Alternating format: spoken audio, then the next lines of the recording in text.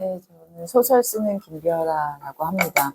아까 이제 선생님이 시작하기 전에 물어보셨는데 제 이름이 필명이냐 예명이냐 그러시는데 저 본명이고요. 한글 이름이라서 한자가 없어요. 제가 그 프로필을 뭐 보신 분들도 계시겠지만 69년생이고요.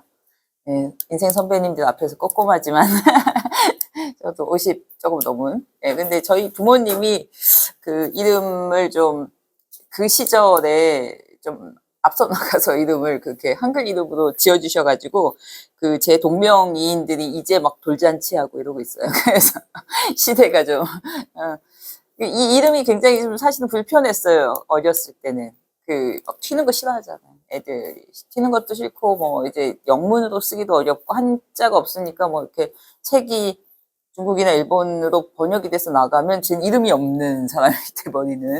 그래서 이제 뭐 영문 이름으로 쓰고 이러는데 이전에는 그 이름이 싫다가 이제는 그냥 그 이름에 어울리게 그냥 튀어도 할 수 없다. 그냥 그렇게 살자.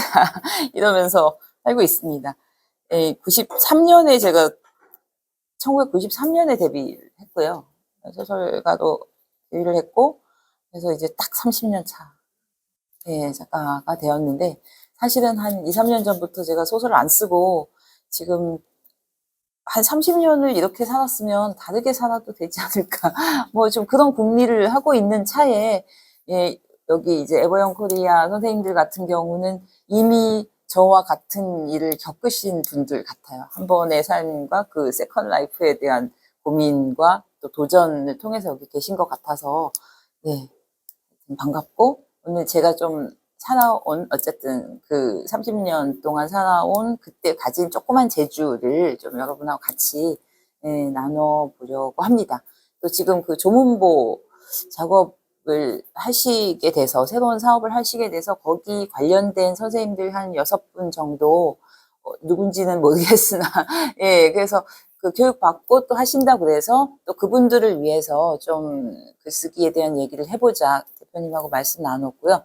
그거 아니더라도 제가 이렇게 뭐 제목을 나를 사랑하는 글쓰기 이렇게 얘기를 했는데 사실 글쓰기 강좌를 제가 여기저기서 조금씩 진행을 해왔어요. 근데 이제 제 그 강좌 제목은 늘 나를 사랑하는 글쓰기였어요. 그러니까 글을 쓴다는 것 자체가 결국은 자기 자신을 이해하고 자기 자신을 표현하는 일이기 때문에 그걸 통해 가지고 이제 자존감이라고 얘기하는 것도 이제 좀 높아지고 아니면 이제 자기 성찰도 되고 뭐 이런 것들을 이제 추구하는 그런 이렇게 막 쓰러지네요 제가. 그냥 진행이 되죠. 그래서 그 에버용 피플 대표님하고 이 강의를 준비하면서 좀 신청을 하시는 분들한테 이제 궁금하신 거를 중심으로 좀 강의를 하겠다. 그래서 질문을 달라고 했더니 이제 좀 주셨어요. 많지는 않은데 이제 일단은 그거를 중심으로 얘기를 하고 이제 얘기를 듣다 보면 자꾸자꾸 궁금한 것들이 생길 것 같아서 이제 편하게 얘기를 하겠습니다. 이제 선생님들이 어떤 분들인지 모르고 이제 아마 여기서 계시겠죠?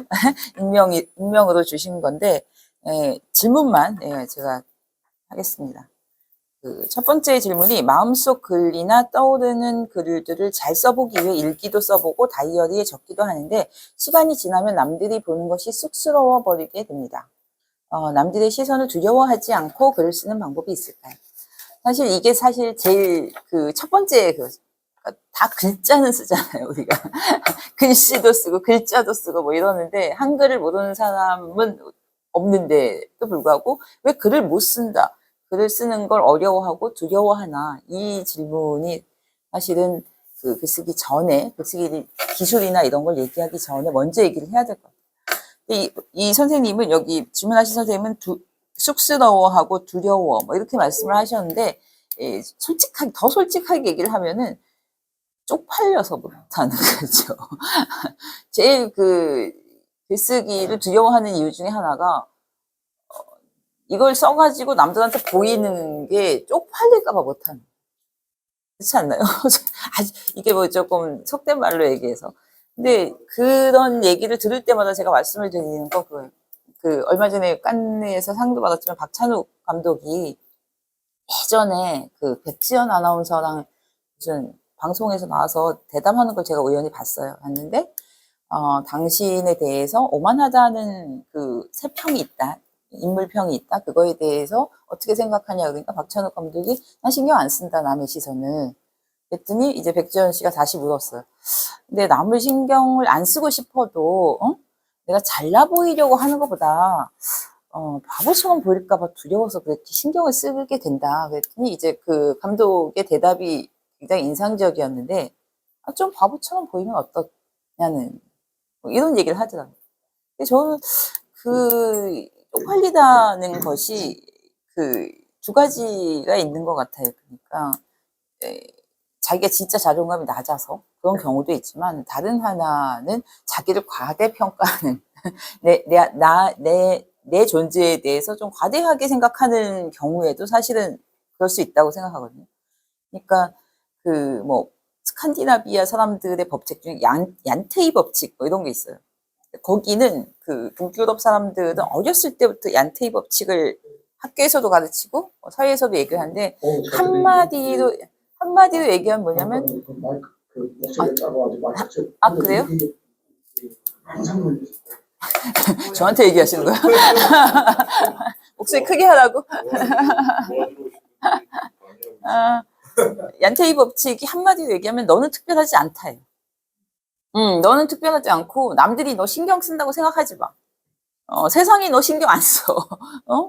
그러니까 각자 자기 인생을 살아. 뭐 이게 이제 그 사람들의 법칙.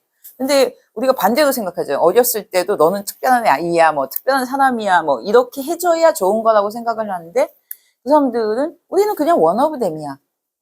이 많은 사회 사람들 중에 너도 나도 큰 차이가 없고, 그러니까 그게 개성의 문제가 아니라 그 자신을 사실은 좀 과대하게 생각하면서 실제로는 표현을 못하게 만드는 그 장애가 되는 이런 거라고 생각을 해요. 그래서 그 마음을 딱 놓고 사실 사람들이 그렇게 나를 신경 쓰지 않는다. 내 글에 대해서 막 그 빨간 펜을 들고 막 하나하나 그냥 띄어쓰기 맞춤법 뭐 문장 표현 이런 거를 하는 사람들은 저 같은 사람들밖에 없어요. 빨간 펜 딱 들고 저는 이제 꼬리를 고치면서 이렇게 하는 경우가 아니면은 대부분은 이 사람이 뭘 얘기하고 싶은가를 읽으려고 애를 쓰고 대부분의 독자들은 그래요. 그러니까 이것도 소통이기 때문에 소통이 일방이진 않잖아요. 그러니까 저쪽 사람도 내가 궁금해야 이 글이 잘 읽히는 거예요. 그 잘 읽히는 글을 쓰기가 그래서 참 어려워요. 나도 그 사람한테 어필을 해야 되고 그 사람도 나를 알고 싶어야 이게 가능하거든요. 그래서 왜 많은 사람들이 많은 작가들이 있지만 잘 팔리는 작가가 있고 그렇지 않은 작가가 있는데 그게 꼭 글을 잘 쓰는 순서만도 아니에요. 그러니까 그 작가가 가지고 있는 뭐 그 세계가 어느 순간에 좋았던 경우도 있지만 뭐 문장이 좋았던 혹은 그 사람의 삶이 궁금하거나 뭐 텔레비에 나와서 얘기를 잘하기에 이런 경우 되게 다양하거든요. 근데 그 사람의 책을 그래도 한 권을 살 수 있는 건 그 사람이 궁금한 거죠. 그 사람의 세계. 말로 얘기를 하든 뭐 인생으로 보여주든 간에 그것과 별개로 이 사람은 글을 어떻게 쓸까? 이런 궁금함에서 시작한다고 생각해요. 그래서 그 쑥스러움과 두려움은 사실은 부질없는 것이다. 예, 의미가 없는 것이다 라고 말씀을 드리고 싶고 남들은 당신을 신경 쓰지 않습니다. 나는 그렇게까지 특별한 사람이 아니에요. 이거를 오히려 알게 되면 훨씬 마음이 편하죠. 그 일기 다이어리 말씀을 하시는데 이거를 쓸 때도 어렸을 때 저는 7살부터 일기를 써서 그러니까 본격적으로 문학을 하기 전까지 일기를 썼거든요. 되게 좋은 방법이에요. 일기를 쓰는 건. 매일매일 연습을 하는 건. 근데 심지어는 일기를 쓰면서도 남을 의식하죠. 그러니까 완전히 솔직한 거를 쓰지를 못해요. 대부분은 읽는 독자를 의식하면서 글을 쓰게 되거든요. 근데 그게 나쁘지만은 않은 게 그게 한번 감정을 걸러주는 역할을 합니다. 그래서 그 말과 글은 같은 언어지만 말은 딱 뱉고 나면은 뭐 화가 나면은 욕이 나가고 거친 말이 팍 나가고 뭐 이러기도 하지만 글로 그거를 다 쓰면 자기가 못 견뎌요. 글로 그 마음을 있는 그대로 쓰면 남들이 못 견디는 거 전에 내가 잘 못 견뎌. 그래서 한번 감정을 걸러주는 역할을 하거든요.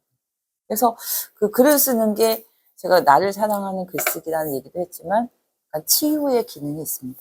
그래서 뭐 독서 치유도 얘기하지만 저는 글쓰기 치유 방법도 굉장히 좋다고 생각하거든요. 그래서 제가 뭐 몇 년, 그러니까 코로나 전까지 이렇게 진행했던 글쓰기들은 형식은 계속 던져주는데 제가 계속 요구하는 건 나에 대해서 쓰십시오. 남들에게 보이는 거 이전에 내가 1차 독자잖아요. 그래서 나를 어쨌든 최대한 표현해보고 나의 얘기를 솔직하게 하는 것이 좋은 글이다. 이렇게 말씀을 드리면서 합니다. 첫 번째 질문에 대해서는 뭐 어떤 분이 물어보시는지 몰라서 나중에 부족하다, 답변이 부족하다 그러면 또 보충 질문 해주시면 될 것 같아요. 제가 얘기하는 게 이렇게 심각하신가요? 왜 이렇게 심각하게? 그냥 재밌자고 하는. 인생을 뭐 이렇게 진지하게 심각하게 할 게 뭐 있겠습니까? 재밌자고 하는 건데. 예? 그래요? 꼭 이런 거야? 예. 두 번째 질문은 이제 저는 그냥 순서대로 주신 대로 하겠습니다.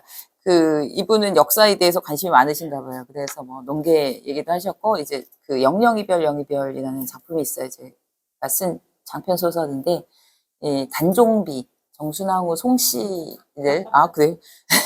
송씨에 대한, 송씨를 주인공으로 한 소설인데, 거기 배경이, 이 동대문구 일대예요.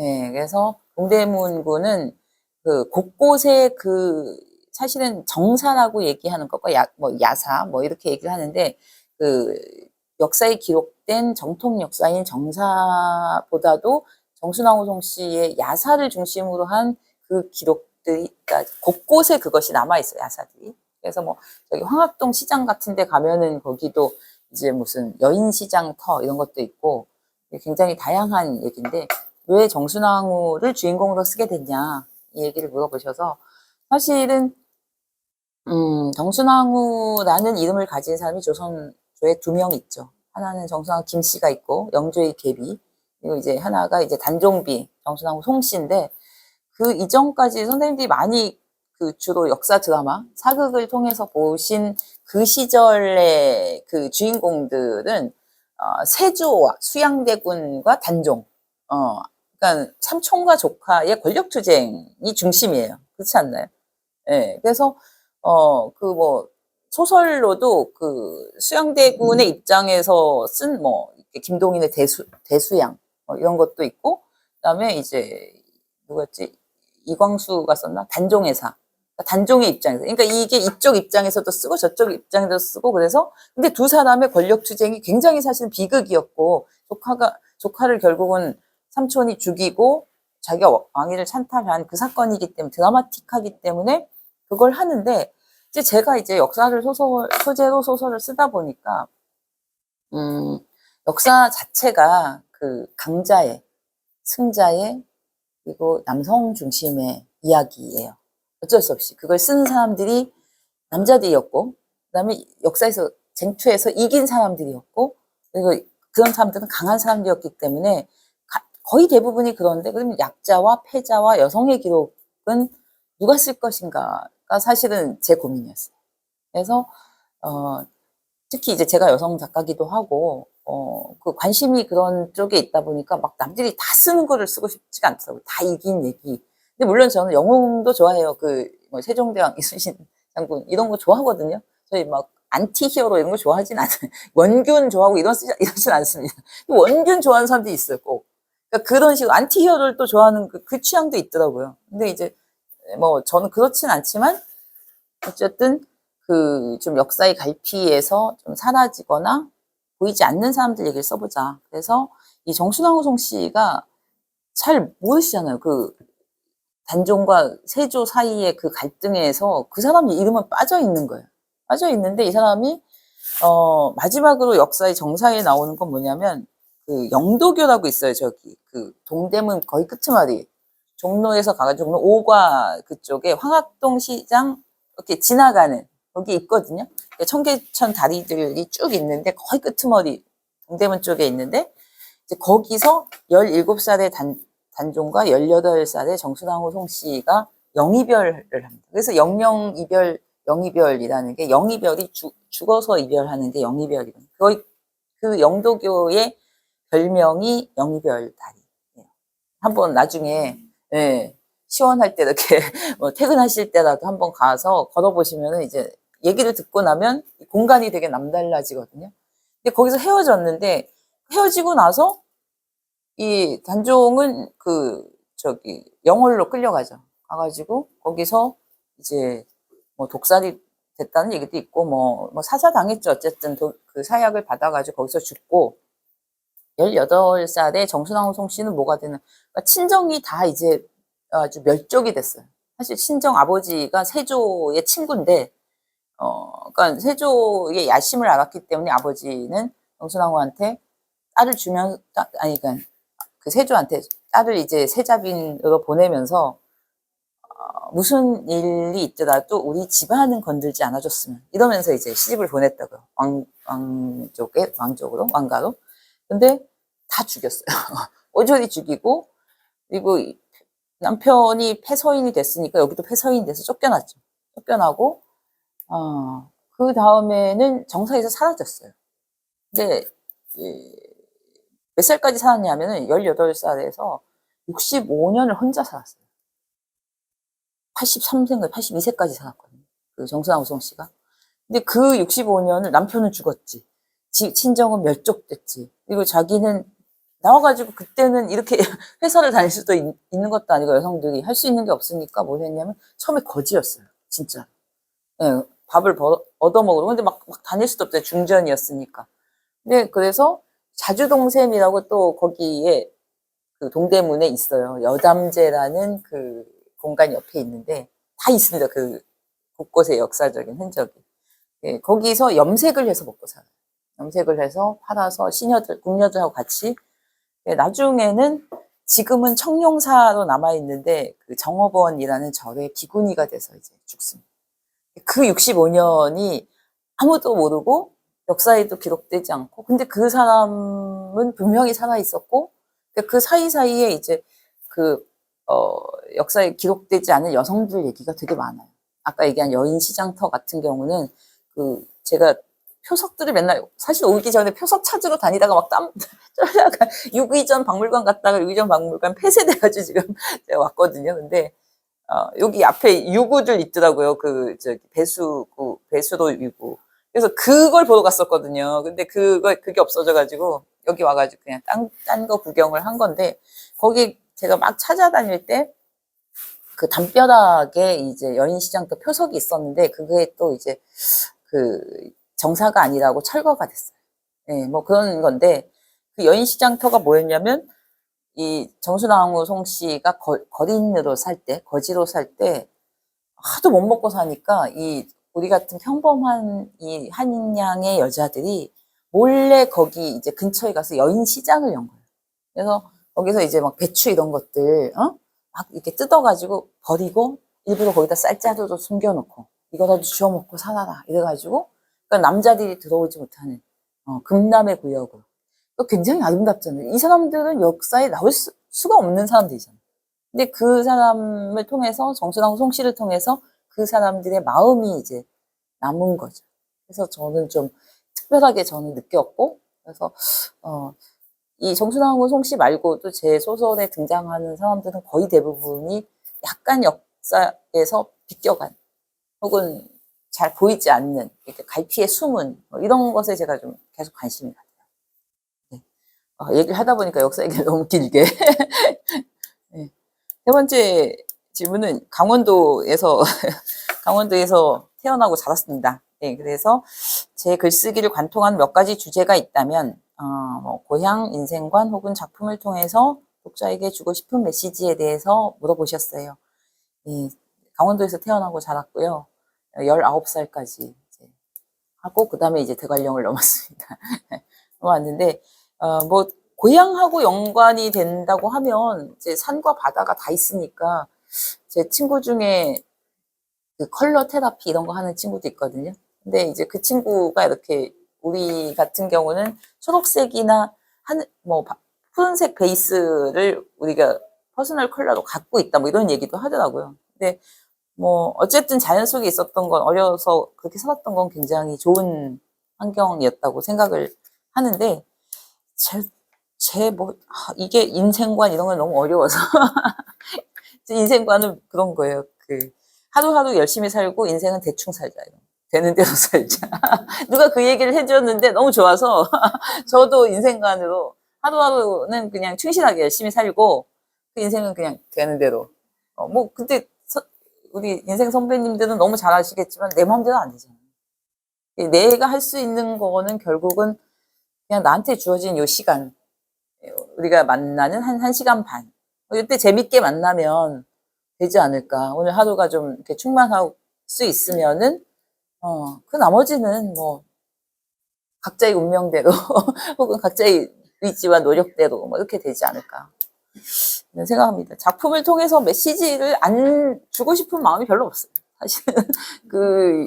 그게 이제 사실 그 글을 못 쓰는 이유 중에 하나이기도 해요. 쉽게 못 쓰는 이유 중에.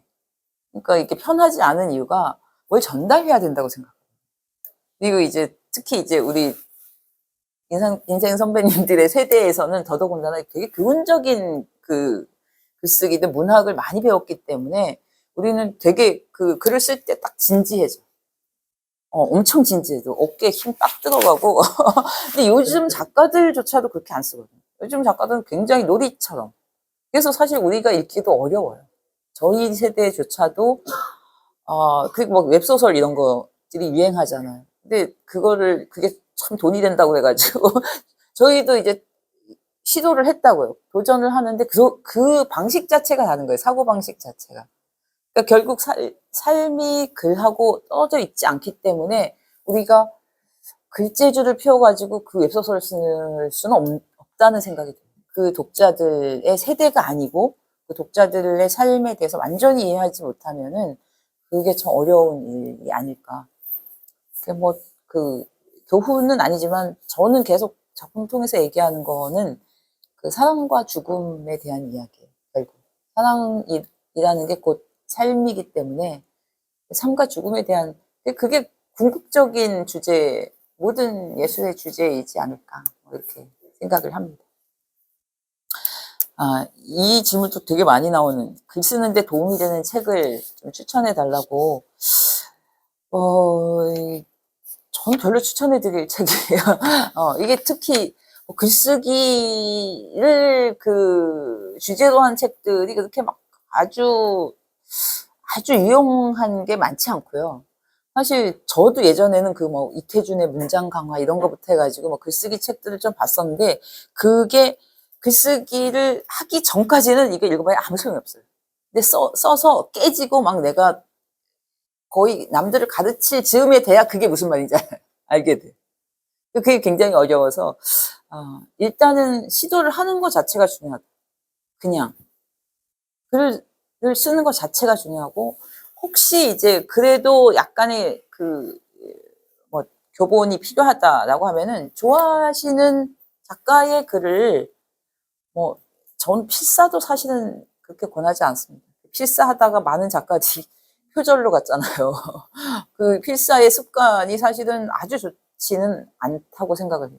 그래서 그냥 좀 안 좋은 글이라도 내가 자신이 약간 없더라도 그냥 좋아하는 작가의 글을 좀 많이 보고 조금의 모사는 필요하지만 이렇게 따라 쓰는 정도는 아니더라도 이런 세계를 특히 이제 구성 같은 거는 되게 많이 참고할 수가 있어요.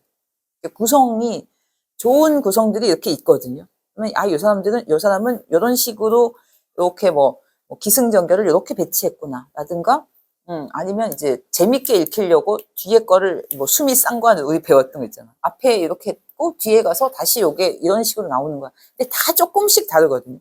다 비슷하게 쓰는 것 같지만 조금씩 그 기술도 다르고 특히 이제 문체 같은 경우는 문체도 많이 물어보셔요. 그 문장 잘 쓰는.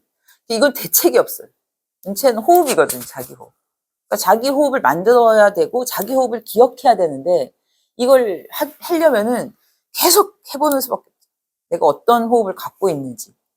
이게 사람마다 얼굴 생김 다르고, 목소리 다르고, 말투 다른 것처럼 글투도 다 달라요. 예, 그래서 그 진짜 개성적인 사람은 딱 보면은, 아, 이건 누구 글이다. 이런 걸 알 수 있는 사람들도 있고, 내가 잘 아는 사람의 글이면, 아, 훨씬, 이 사람의 목소리로 읽힌다든가, 이렇게 되는 게 있거든요. 그래서, 문장에 대해서는 뭐 나중에 조금 더 얘기를 하겠지만,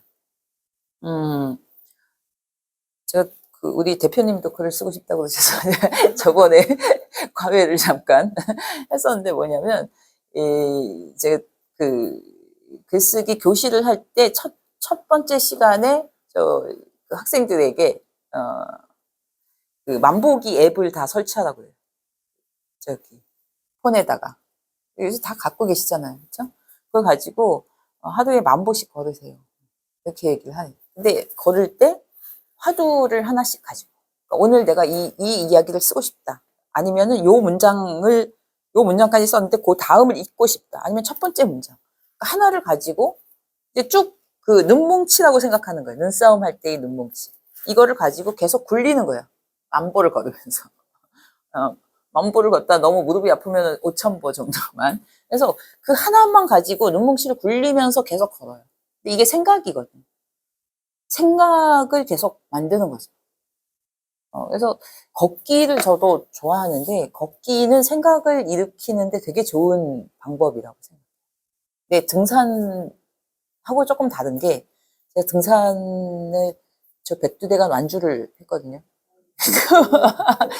이게 평생의 자랑입니다. 그러고 이제 도가니 다 나가고, 무릎 다 나가고, 지금 막 족저근막염 걸리고 있는데, 이 등산하고 다른 점은 등산은 영상 같더라고요.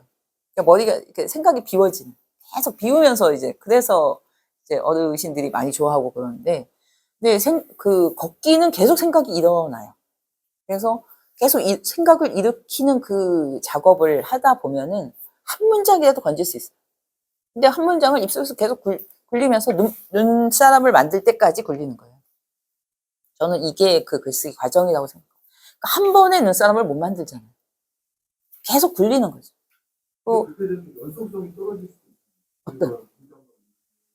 근데 계속 생각하면 됩니다.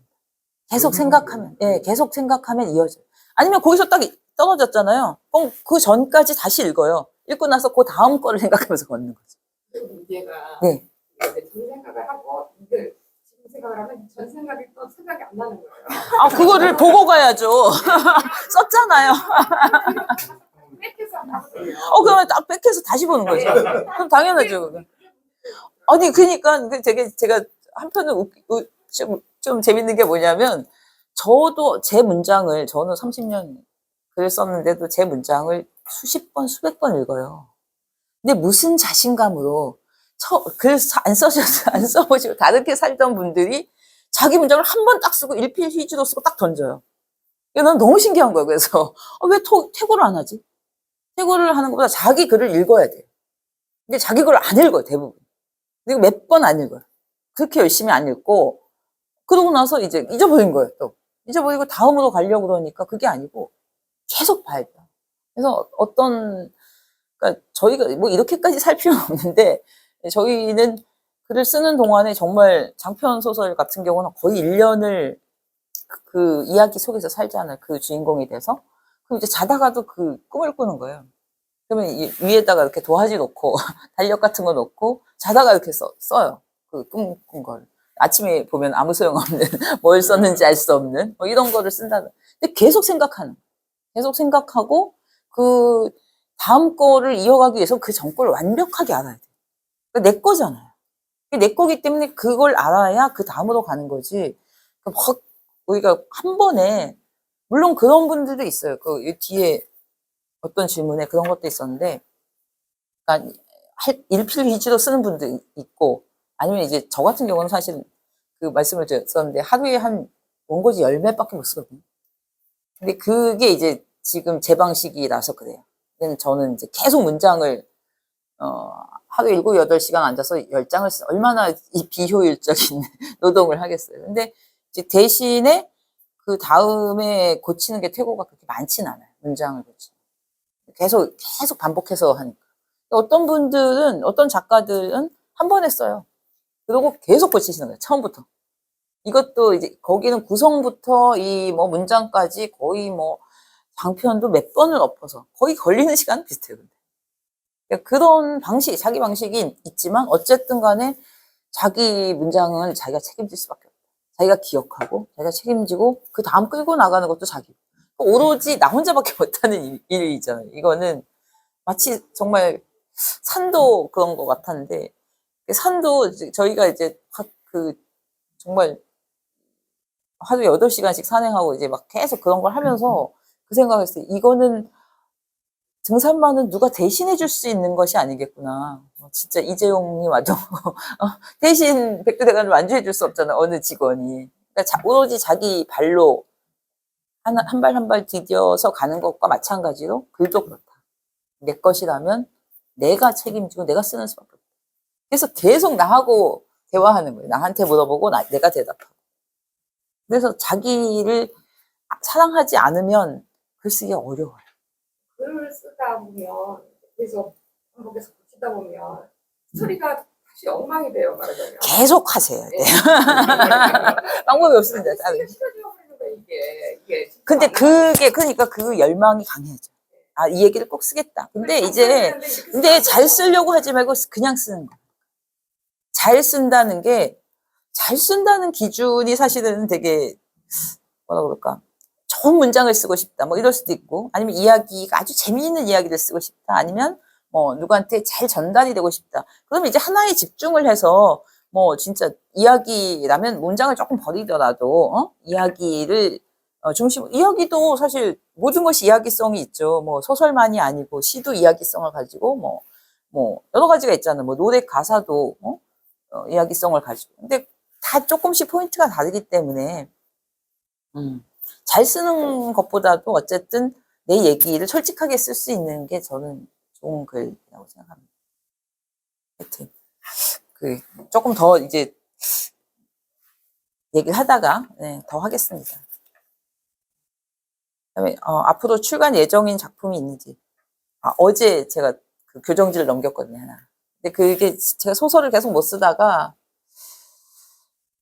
그 코로나 직전에 경주를 기행을 한 달 갔었어요. 그러니까 벌써 꽤 됐죠. 그게 한 3년 됐는데 그때 이제 그 경북메일이라고 그 포항에서 나오는 신문의 연재를 경주 월성을 중심으로 썼거든요.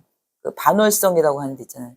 그 동궁과 월지 건너편 저기 첨성대 있고. 근데 거기가 사실 왕성이에요. 그러니까 거기가 개발이 안 되고 나머지가 다 이게 관광지가 되고 원래 동궁과 월지도 여기가 월성이 좁아가지고 그쪽으로 이제 확장한 성이거든요. 그래서 그거를 한 달 동안 취재를 하고 그 글을 이제 썼어요. 그래서 월성에 대한 책이 나옵니다.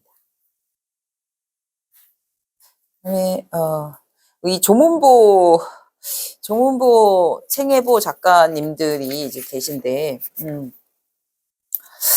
이거를 제가 어떤 식으로 교육을 받으셨는지를 사실 잘 몰라가지고 그리고 뭐 요약을 이렇게 페이지로 요약을 할 때 어디에 초점을 맞추는 게 중요할까요? 다른 글과의 차별성은 무엇일까요?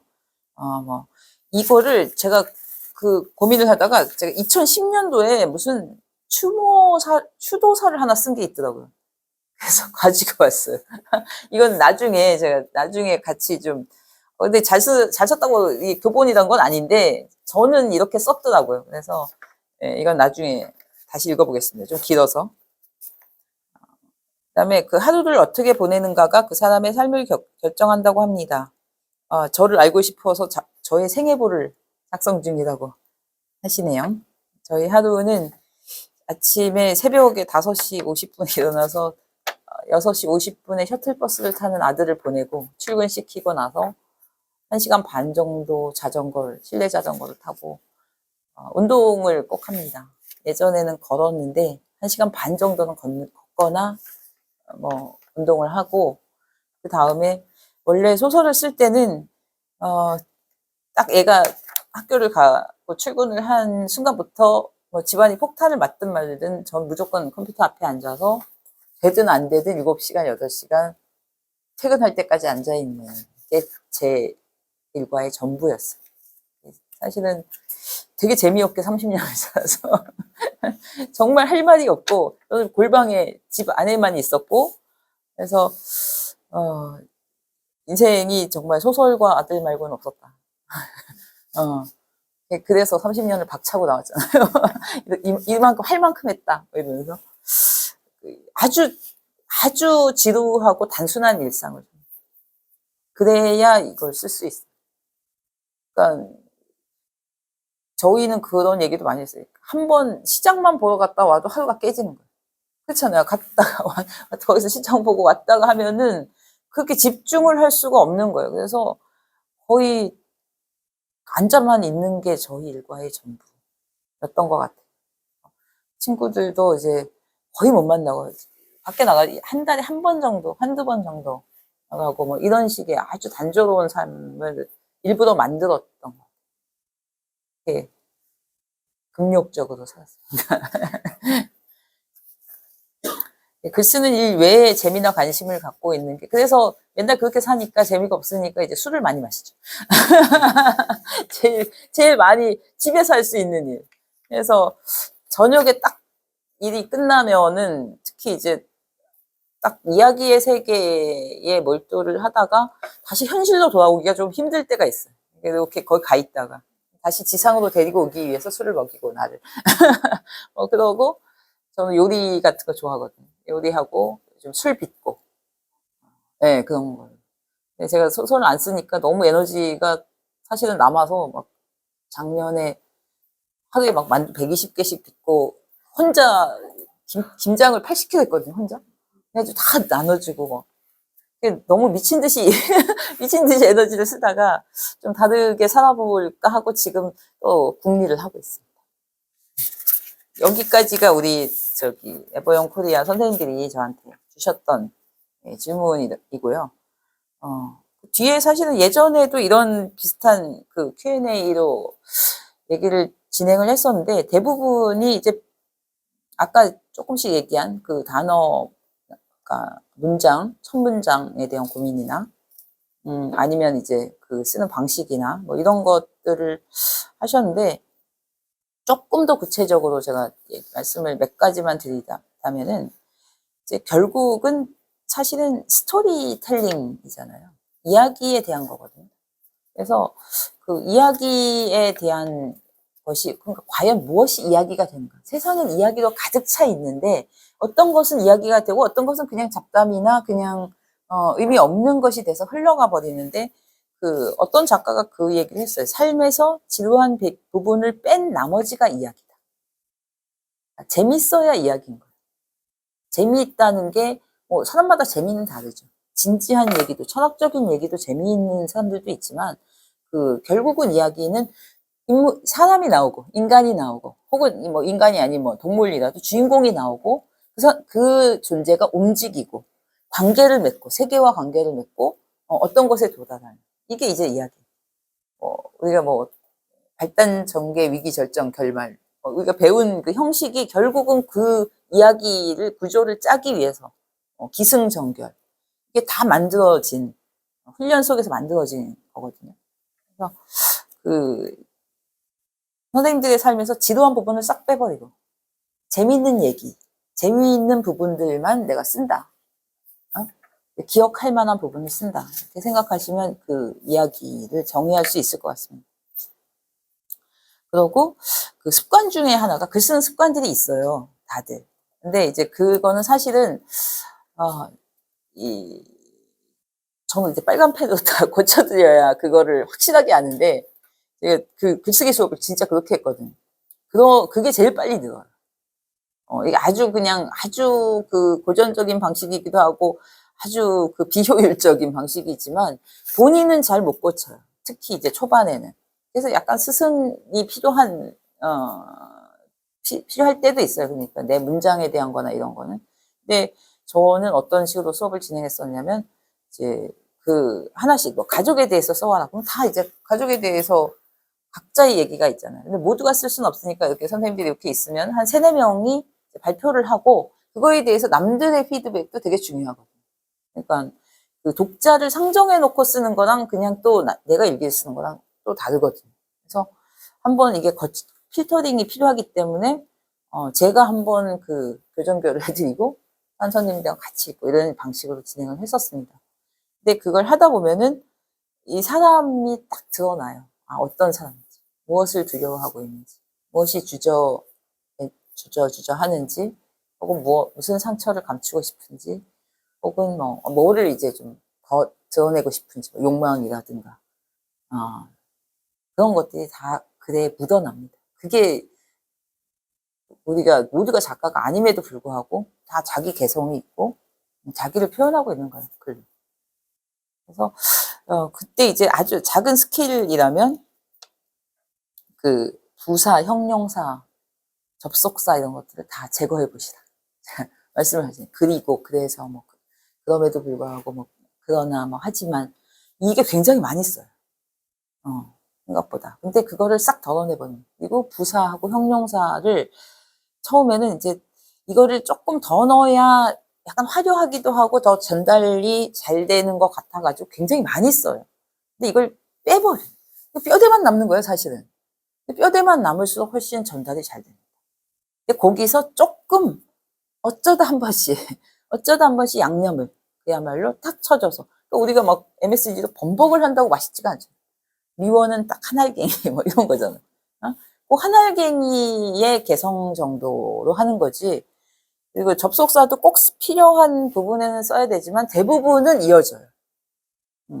계속 읽어봐야 되는 거죠. 나도 읽어보고 상대방이 읽혀보고 이 부분에서는 오해를 할 수가 있어요. 이게 제대로 안 써지면 접속사가 안 써져 없어가지고 오해되면 거기만 딱 이렇게 써주는 이런 것들도 훈련을 하면 문장이 훨씬 깔끔해집니다.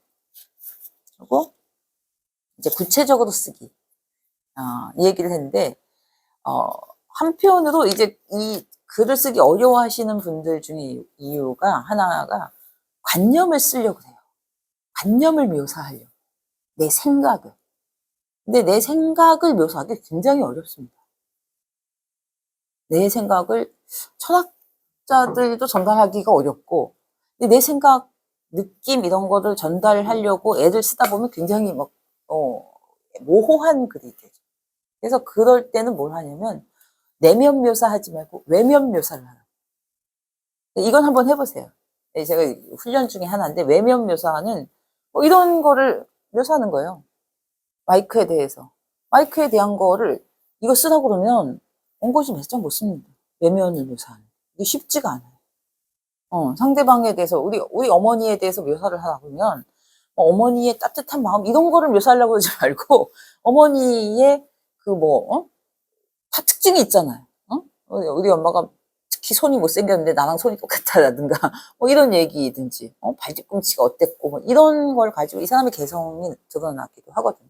그래서 내면 묘사보다 외면 묘사를 조금 더 해보면은 연습이 되지 않을까 이런 생각이 들고 그래서 이게 조금 확장이 되면 뭐냐면 아까 이제 이야기 얘기를 했었는데 좀 어려운 개념이긴 한데 우리가 그 문학 이론 중에 리얼리즘 뭐 어쩌고 이런 게 있어요. 사실주의 이런 건데 거기서 형상사유라는 개념이 있습니다. 그러니까 형상적으로 사유한다 이런 거예요. 그러니까 아까 외면 묘사처럼 이야기를 할 때 이야기를 눈에 보이는 것처럼 그리는 거예요. 네. 눈에 보이는 것처럼 이야기를 형상적으로 사유하는 거예요. 지금은 당장 탁 되진 않습니다. 근데 어떤 사건이 있을 때 그거를 마치 옆에서 본 듯이 쓰는 거예요. 제가 그래서 예전에 이 소설로 밥 벌어먹고 살기가 너무 힘들어서 제가 이제 알바로 젊었을 때 그런 일들을 많이 했었는데 이 조문보랑도 약간 비슷해요. 그 자서전 같은 걸 대피를 했었어요. 근데 이제 그거를 하면은 이제 그냥 그 사람의 일생을 쓰는 것 같지만 저는 그 장면을 그려줘요. 그러면은 이분들이 막 울어요. 자기 이야기를 보면서 자기 같기도 하고 자기 아닌 것 같고 자기가 이제 겪은 일이기도 하고 자기 감정이 들어가 있는 거예요. 나는 이야기를 들었는데 그걸 눈에 보이는 것처럼 이렇게 장면으로 묘사를 해주면 굉장히 다른 느낌. 다시 한번 그 인생을 사는 것 같은 느낌이 들죠. 그래서 어떤 사건이 있어도 그 사건을 한번 눈에 보이는 듯이 형상적으로 사유해서 한번 쓰는 연습을 해보시라. 네, 이런 말씀을 드려봅니다. 그리고 그 며칠 전에 제가 조선일보에서 재밌는 기사를 읽었는데 그 뉴요커라고의 그 미국 주간지에서 그 25년 동안 오케이어라는 직업이 있더라고요. 그러니까 그 사람이 오케이 별명인데 오케이를 해야 이게 끝나는 거예요. 그러니까 교정 교열 마지막 그 교정 교열을 보는 편집자인데 70세인 여성분인데 그러니까 이분은 재밌어서 제가 좀 가지고 왔는데 그를 다루는 사람으로서 그러니까 올드 가드 그러니까 보수 꼰대가 돼도 좋다고 생각한다. 글을 다룰 때. 그러니까 신조어나 뭐 그러니까 새로운 단어를 쓸 때 자기가 오케이를 할 때는 이게 과연 몇 년 후까지 쓰일 것인가에 대해서 엄청나게 고민을 한다. 그러니까 그 뉴요커라는 잡지가 가진 그 파급력 때문에도 그렇고 그리고 소셜 미디어 SNS 많이 하잖아요. 거기에는 날 것 그대로 글이 올라올 수 있지만 이렇게 지면이나 어쨌든 쓰는 글에는 제3자의 시각으로 필터링을 하고 좀 더 보수적이고 약간 꼰대적으로 쓰는 것이 더 오래 간다. 잘 전달된다. 이런 것도 있고요. 그다음에 이분은 재밌어서 얘기했는데 우리 그 연세가 조금 있으신 분들의 글의 특징 중에 하나가 느낌표 많고 말줄임표 많은 이 말줄임표를 제가 맨날 말줄임표 빨간 편 해도 제발 쓰지 말라고 내가 막 돼지꼬리를 막 그려요. 그래서 이거 쓰지 말라고 첫 번째 수업에는 막 그게 너덜너덜합니다. 그래서 이거 다 근데 이거를 이 말줄임표를 왜 쓰나 하면은 약간 이 얘기를 조금 더 표현을 하고 싶은데 약간 모자란 것 같고 근데 이렇게 땡땡땡 해놓으면 내 마음을 알아주겠지. 한 3개 정도 점을 찍으면은, 3개 정도만, 내가 좀 주저한 마음, 다 하지 못한 말, 이런 거를 알아줄 거야. 그 특히 여성들이 많이 써요. 네. 여성 작가들도 많이 써요. 아주 싫어요, 제가. 그거는 굉장히 뭐랄까, 분명하지 않은, 자기를 표현하기 분명하지 않게 하고, 약간 혼동되게, 흐리게 만들어버리는 거라서 좋은 습관은 아니라고 생각해요. 꼭 필요한 게 아니고. 꼭 필요한 것이 아니면, 근데 다 있는 이유는 있겠죠. 뭐, 말줄임표도 있어야 되는 게 있는데, 꼭 필요한 것이 아니면 그런 습관적으로 쓰는 것은 좋지 않다. 꼭 3개, 2개 찍고 막 3개 찍잖아. 느낌표도 이분이 그 얘기를 했어요. 이분한테 느낌표라는 것이 무엇이냐 물으니까 평생을 합쳐서 느낌표는 3-4번만 써도 충분하다. 그러니까 굉장히 보수적인 거죠. 그랬을 때 굉장히 이게, 그러니까 그걸로 그런 부호나 이런 것에 기대지 말라는 거예요. 그러니까 정확한 문장을 쓰고 그 내 얘기를 정확하게 전달하면 된다는 얘기를 이렇게 하신 것 같아요. 그래서 저도 인상적이어서 느낌표는 버려야 되겠구나. 저도 많이 쓰진 않거든요. 그렇게까지 느낌표를 쓸 일이 있나? 인생에. 그렇게 놀라운 일이 있나? 근데 조금 냉정하고 차갑게 딱딱하게 느껴지더라도 그게 나중에는 더 전체를 전달하는 데는 더 도움이 된다는 생각이 들었습니다. 그리고 이제 긴 문장을 많이 쓰셔요. 긴 문장을 쓰다 보면 어떻게 되냐면 이제 앞뒤가 안 맞아요. 문장이 틀려요. 그래서 초반에는 저는 단문을 쓰기를 했습니다. 저도 이제 좀 사실은 문장이 긴 편인데 그리고 제가 말은 이렇게 하지만 되게 저는 막 화려하게 문장을 써서 싫어하는 독자도 많거든요. 왜 이렇게 화려하게 쓰냐고. 근데 이제 저 같은 경우는 그게 이제 역사를 소재로 한 글을 쓰다 보면 그게 굉장히 과거의 얘기잖아요. 그래서 저는 독자들을 끌고 한 1500년 전으로 단 한순간이라도 가고 싶어서 그러는 거거든요. 그러니까 초반에 이제 미실이라는 작품을 쓸 때 미실이 그 앵두나무를 이렇게 샥 훑는 게 나와요, 장면이. 아침에 이제 새벽에 이렇게 가면서 확 그 이슬이 맺혀 있고, 근데 빨간 앵두가 아주 그 보석처럼 가득 달려있는 이거를 쓰기 위해서 제가 아침마다 우리 집 앞에 산책을 갔다 오는 길에 그 앵두나무가 있었거든요. 맨날 훑고 다녔어요, 제가 거기를. 만지고, 아니면 보고, 뭐 이렇게 가가지고 냄새도 맡아보고, 뭐, 그리고 그날 날씨에 따라서 색깔도 다르잖아요. 빛깔도 달라지고, 햇빛이 이렇게 비치느냐에 따라, 비가 오느냐에 따라 다 달라지고. 그러기 위해서 계속 움직였던 그런 기억이 있거든요. 근데 그렇게 해줘야 잠깐이라도 내가 앵두에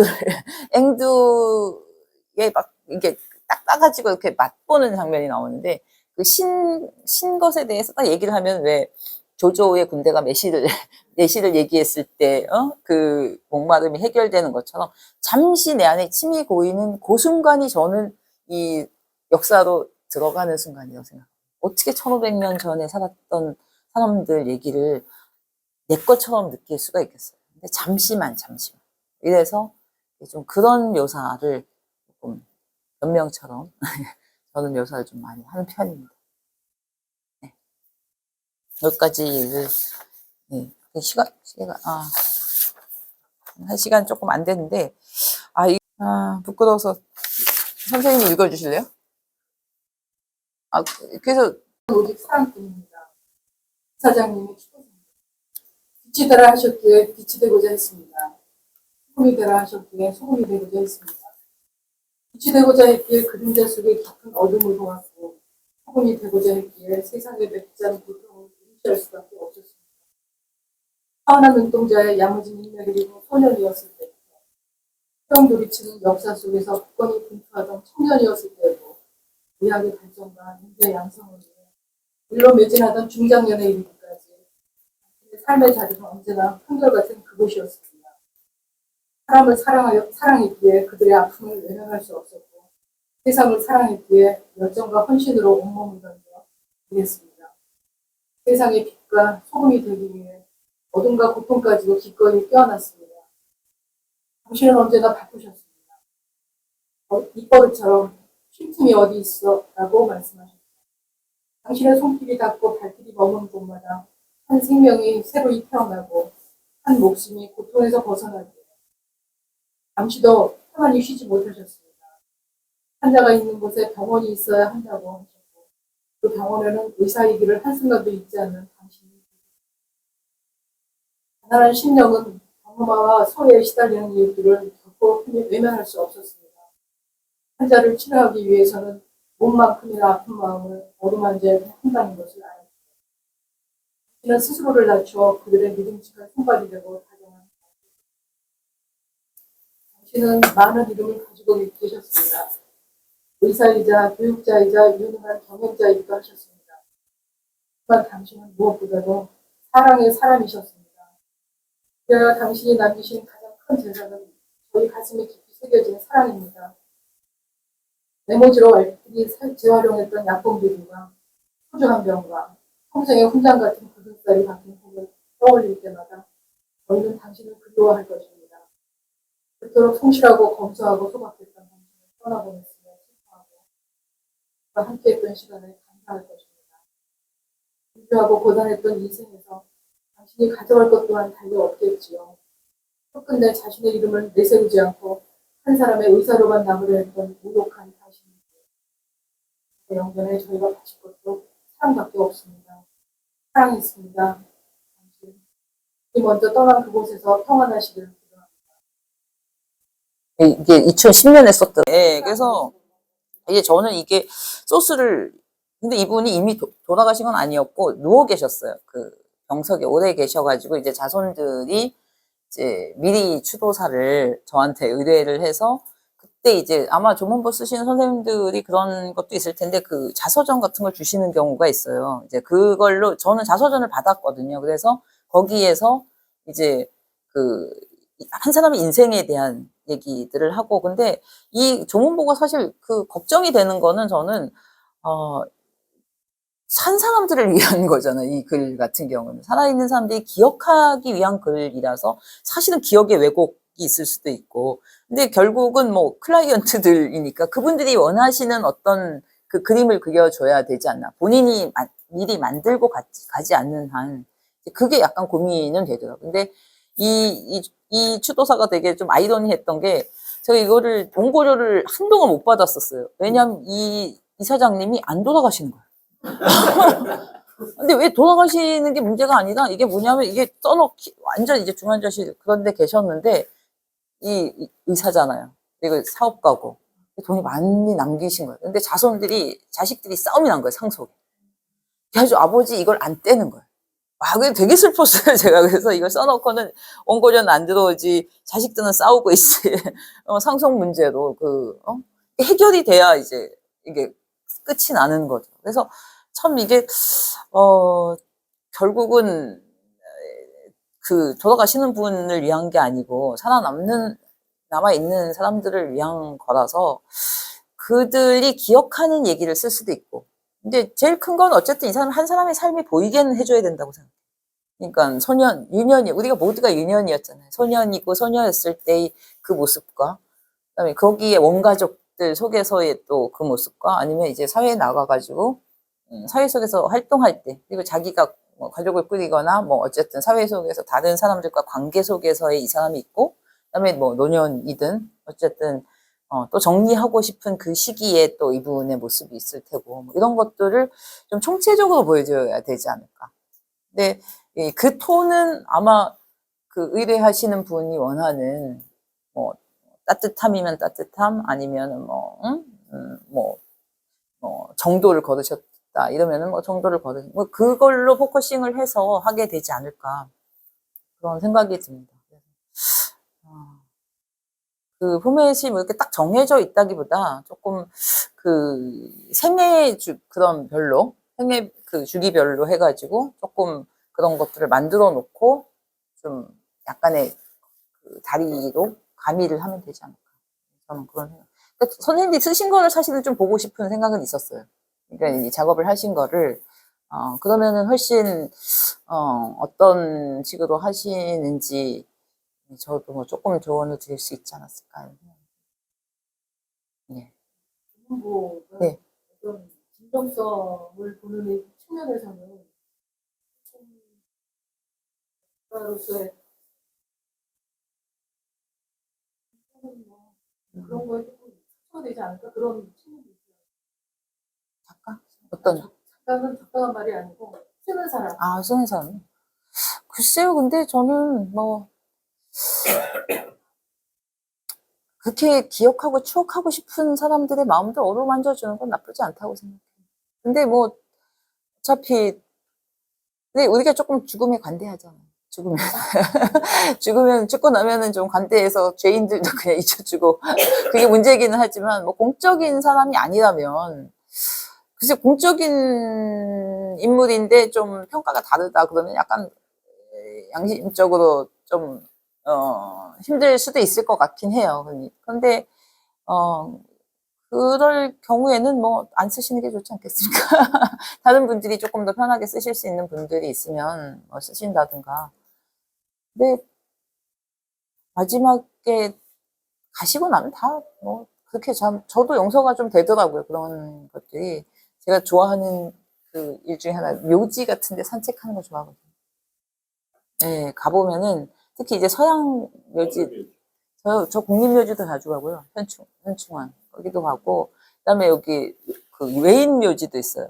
외국인 묘지, 양화진. 거기도 갔었고, 뭐. 근데 특히 외국에 가서도 저는 묘지를 가거든요. 파리 이런 데 가도 묘지 가고, 거기는 이제 유명한 사람들 딱 그 묘지들이 되게 예쁘기도 하고, 가면은 뭔가 이렇게 이어지는 느낌. 괜히 그런 사람들하고, 빅토르 위고 이런 사람들 묘지에 가면 괜히 마음이 이렇게 그런 것처럼. 근데 그 외국 묘지들은 묘비명들이 참 또 재밌는 게 많잖아요. 근데 제가 캐나다에 좀 살았었는데, 캐나다 살 때는 가면은 정말 평범한 사람들의 묘지, 뭐 유명한 사람들 말고 평범한 사람들의 묘지도 거기에 이렇게 그 오토바이를 좋아하고 이런 얘기도 써요. 그것 때문에 돌아가셨는지 모르겠으나 오토바이를 좋아하고 맥주를 좋아하고 이런 얘기. 그런 것도 참 좋더라고요, 저는. 그러니까 그런 소박한 일상에 대한 거를 요구하는 클라이언트도 저는 있을 거라고 생각하거든요. 저는 제가 부모님을 기억할 때 우리 엄마 아버지가 엄청나게 우리를 가정교육에 헌신하고 이렇게 쓰고 싶진 않을 것 같아요. 그냥 그 어떤 따뜻했던 하루의 모습이나 이게 다 다르기 때문에 기억하는 모습도 다르고 그러니까 원하는, 취업하고 싶은 부분이 다르기 때문에 그들이 원하는 걸로 결국은 우리가 평가를 할 필요는 없잖아요, 사실. 한 사람의 삶에 대해서. 그렇지 않을까.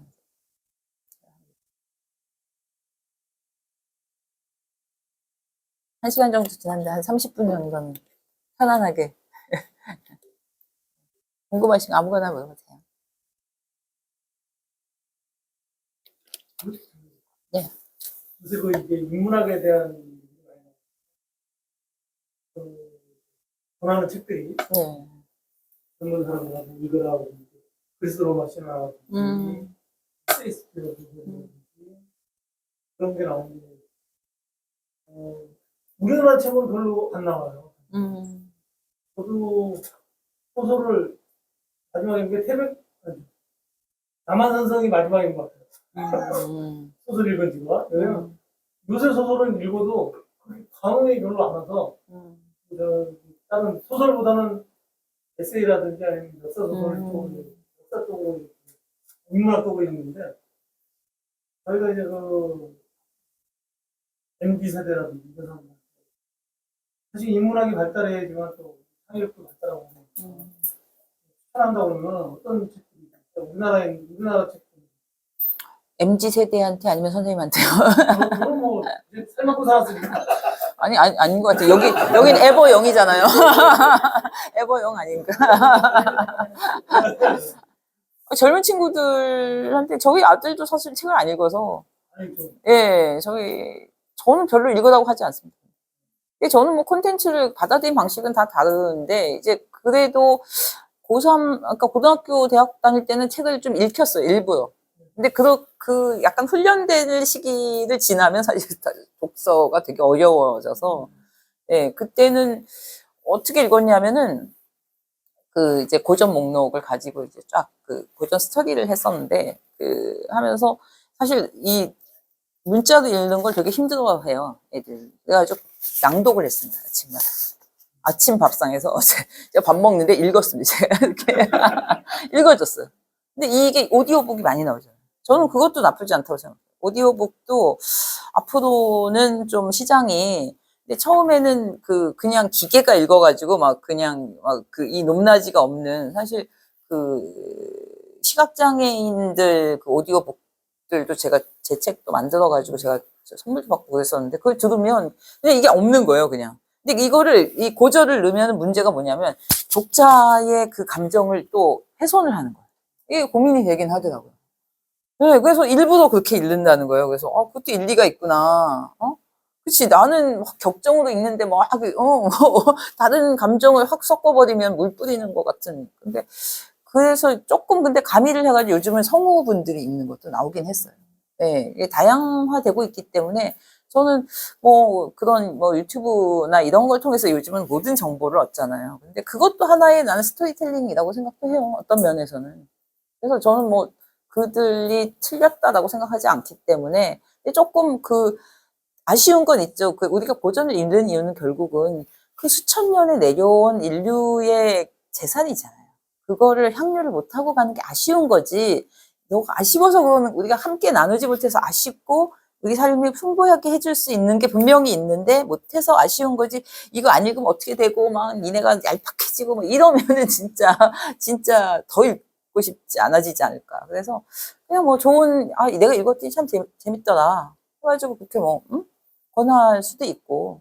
근데 아까도 추천서 이 얘기를 하셨는데 제가 책을 별로 권하지 않는 게 그냥 그게 이제 숙제가 돼버리면 너무 괴로워져서, 예, 그것보다도 그 사람이, 개개인이 뭘 좋아하느냐가 저는 더 중요한 것 같아요. 뭘 좋아하는 그쪽 분야를 관심을 갖고 조금씩 이제 진전해서 조금 더 깊게, 조금 더 넓게, 이런 식으로 독서를, 넓고 깊게 만들어가는 게 좋지 않나요? 그래서 진짜 젊은 친구들은 정말 판타지만 읽는 애들도 있거든요. 그나마 판타지는 좀 읽어요, 웹소설로. 근데 그 판타지를 읽으면, 그러면 톨킨의 반지의 제왕을, 원작을 한번 읽어보자라든가. 그래서 조금 아니면 이제 반지의 제왕 같은 경우는 그 다른 나라는 이게 신화가 있잖아. 북유럽 신화도 있고 뭐 그리스 로마도 있는데 영국은 신화가 없대요. 그래서 톨킨이 영국의 신화를 내가 한번 써보겠다. 그래서 거기 우리가 나오는 호빗들이 우리는 뭐 다 같은 영어로 들리지만 다 뭐 웨일즈, 뭐 스코틀랜드, 아일랜드 이 다 말투가 그러니까 대표하는 호빗들인 거지. 걔네들이 반지 원정대가 이걸 개척해 나가는 게 우리 영국의 신화다. 이런 식으로. 그래서 그렇게 되면은 영국사를 공부할 수도 있고 조금씩 관심을 넓히고 깊이 만드는 게 좋지 않나 이런 생각.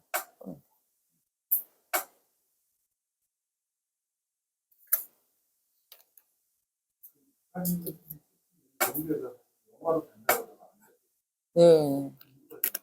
뭐 저기 아니 그게 아니라 돈이 많이 드시죠. 역사물은 가장 큰 난관이 제작비가 많이 돼요. 예, 그게 워낙 뭐 고증할 것도 많고 그 스튜디오도 그렇고 뭐 말 한마디 이렇게 또 끌고 가는 것도 어렵고 이러니까 그래서 저는 뭐 영화 판권이 몇 번 팔렸었는데 영화가 된 게 없어요, 이상하게. 뭐 근데 그러려니 하고 뭐 저작권료를 받았기 때문에 만족하고 뭐 큰 미련을 갖고 있지 않아서. 근데 저는 이렇게 다른 장르는 관여 안 하거든요. 잘. 어떤 분들은 이제 판권을 팔면서 뭐 시나리오를 같이 쓴다든가 그런데 저는 제 주제가 아닌 것은 덤비지 않는 쪽으로. 이거 그 분들의 해석하는 스토리를 해석하는 방식이 다르다고 생각해요. 저는 이제 문자를 갖고 쓰는 사람이고 그분들 영상을 갖고 하는 분들이니까 그들의 자유이지 않을까.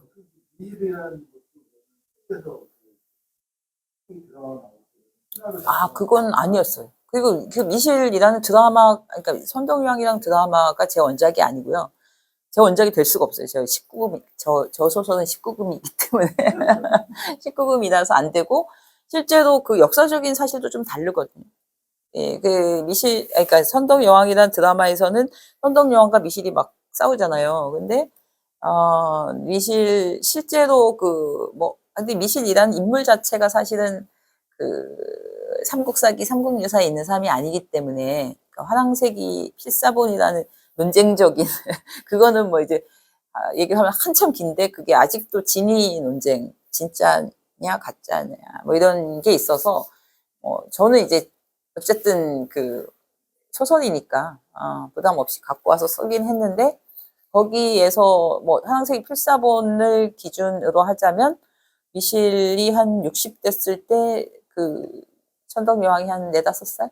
5-6살? 이 정도의 이 차이가 나고 그리고 뭐 미실 자체의 거기 드라마에서 저는 사실 드라마를 못 봤는데 드라마에 나오는 지위가 되게 애매하다면서요. 뭐 이게 후궁도 아니고 뭐 근데 이제 그게 이제 19금이거든요. 이게 색공지신 미실 이게 이제 황색이 필사본에 나오는 건데 색으로서 왕족을 보필하는 신하족 이렇게 나오기 때문에 그래서 그런 거를 다 설명을 못 하기 때문에 드라마가 그렇게 권력 투쟁으로 되게 애매하게 이제 가버렸는데 사실 어떤 또 감독님이 요즘은 이제 OTT 그게 이제 많이 이제 인기가 되면서 그런 미실을 19금으로 한 25금으로 해가지고 만들어 보면 어떻겠냐 그래서 만드시라고. 저는 저작권료 받으면 그만이기 때문에 그러시 주시면 좋다고. 근데 그게 어려운 부분이 참 많더라고요. 네.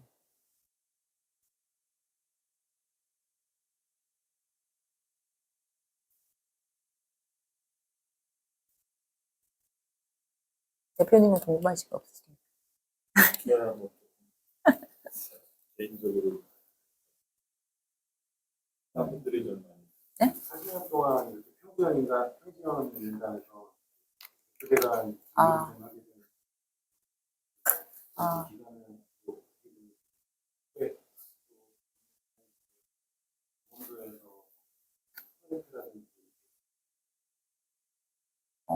그 40년 평지형 인간은 뭐냐면 제가 40에 딱 백두대간 종주를 시작했는데 그때까지 산을 한 번도 안 가.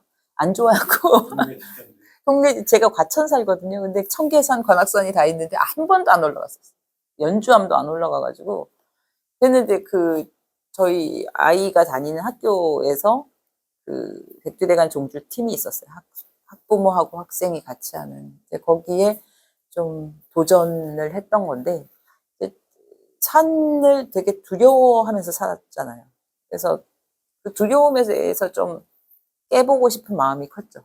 그러니까 지금까지 그러니까 인생 선배님도 앞에서 죄송하지만 40쯤 되니까 막 조금 알 것 같은 느낌이 들 때가 있잖아요. 인생에 대해서. 뭐 그게 거의 안 것 같고 막 재미가 없을 것 말락하는 막 이런 그 시점에 좀 안 해본 것을 해보자.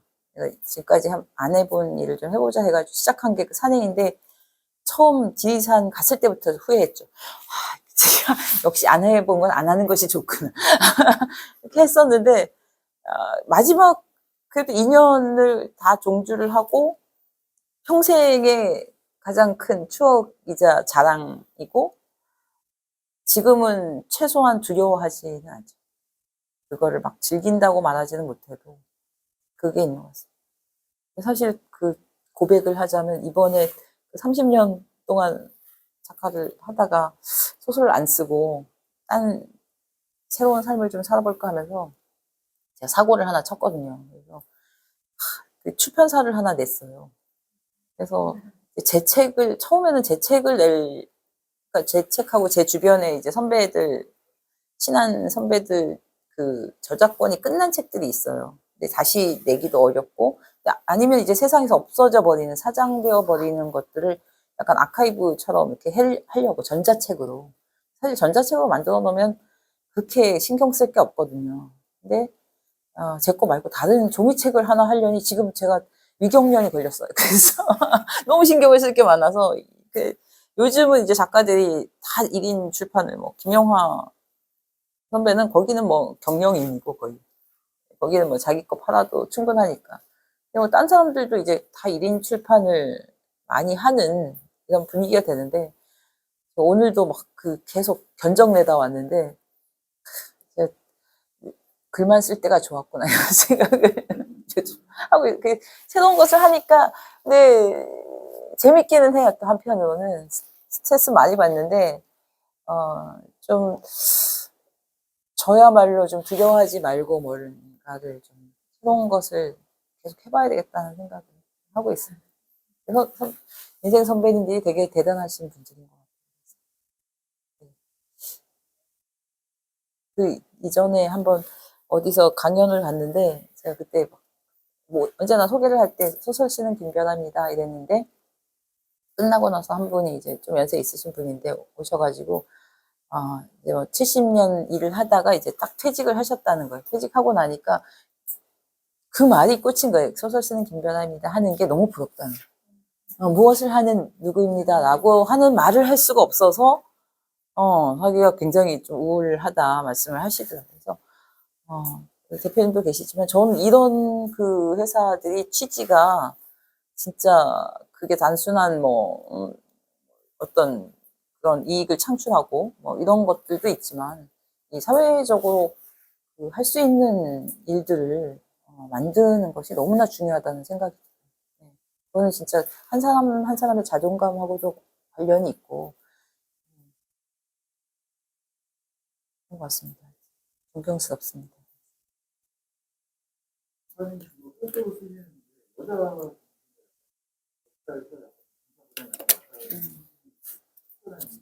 꼭 그렇진 않고요. 제가 백범 선생님 것도 썼거든요.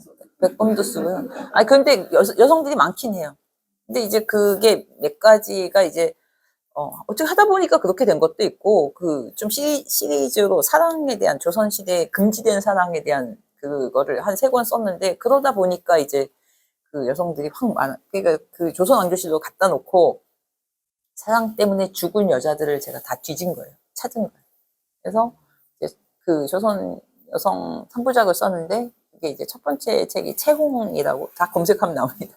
거기가 이제 세종대왕의 며느리인, 그러니까 문종의 세자빈이었던 그 봉빈이라고 했네. 예, 순빈봉 씨라고 해가지고 그 사람이 조선 왕조실록에 딱 기록돼 있는데 그 레즈비언이어서, 예, 궁녀와 그런 사건이 터지는 바람에 이제 폐빈되고 뭐 이렇게 쫓겨나고 뭐 이런, 문종이 단종 아버지잖아요. 그래서 이게 다 사실은 다 연결이 돼서 그 문종이 되게 여자 관계가 문제가 있었어요. 그러니까 여자 관계가 문제가 있는 게 대부분의 왕은 너무 문란해서 문제인데 그게 아니라 문종은 여자를 약간 피해서 너무 샤이한 너무 부끄러움을 많이 타고 이런 분이어서 그 위에 순빈봉 씨 전에도 휘빈 김 씨도 패빈됐거든요.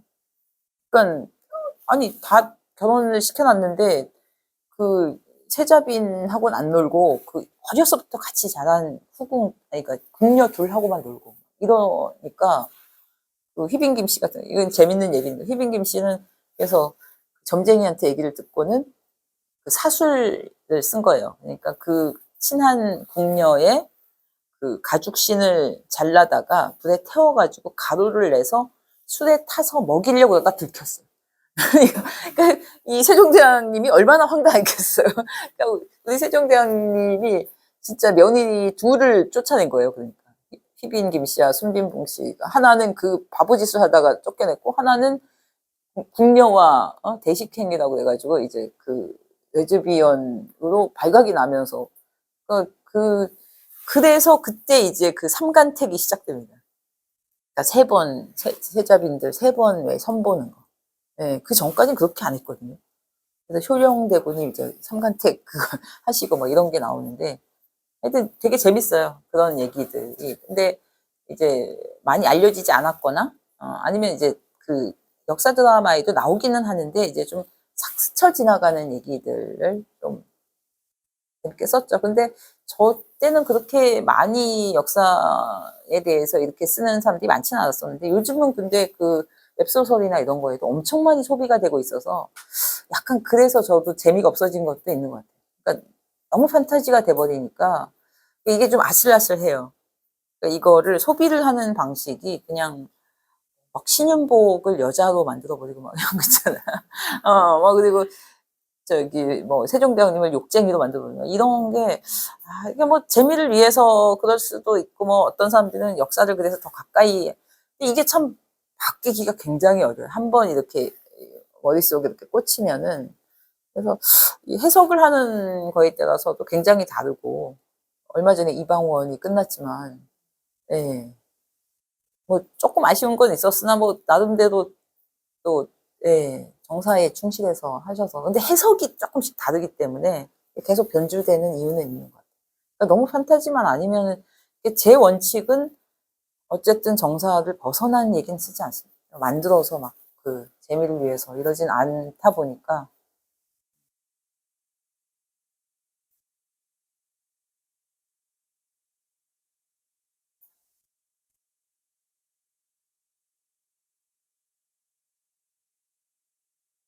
뭔가 이런 네.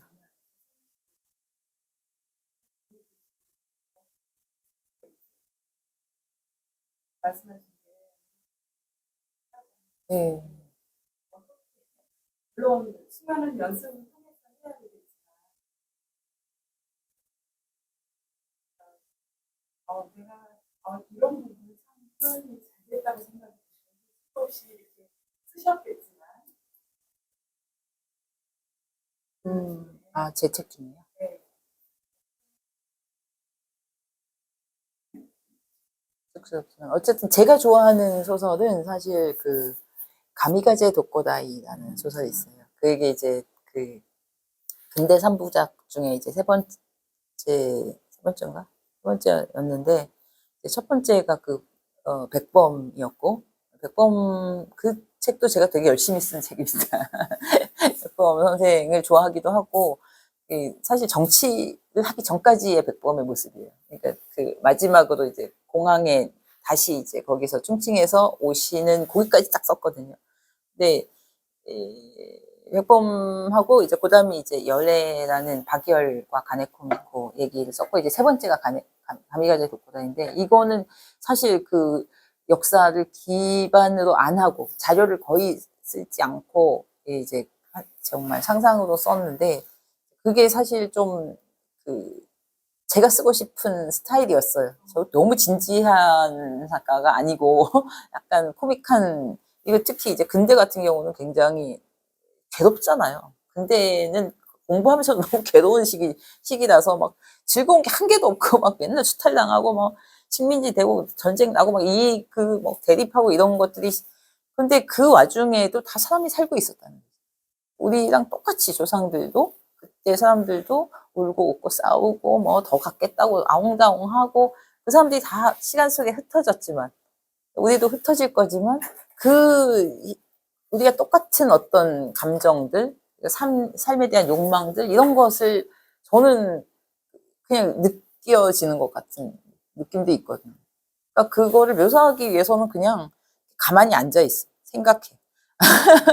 계속 생각해요. 그냥 가만히 앉아서 생각이 날 때까지 7시간, 8시간 앉아서 그 생각을 하는 거죠. 그리고 되게 뭐 좀 신비주의적인 말이지만 빙의하듯이 그 사람한테 그냥 확 들어가는 것도 있어요.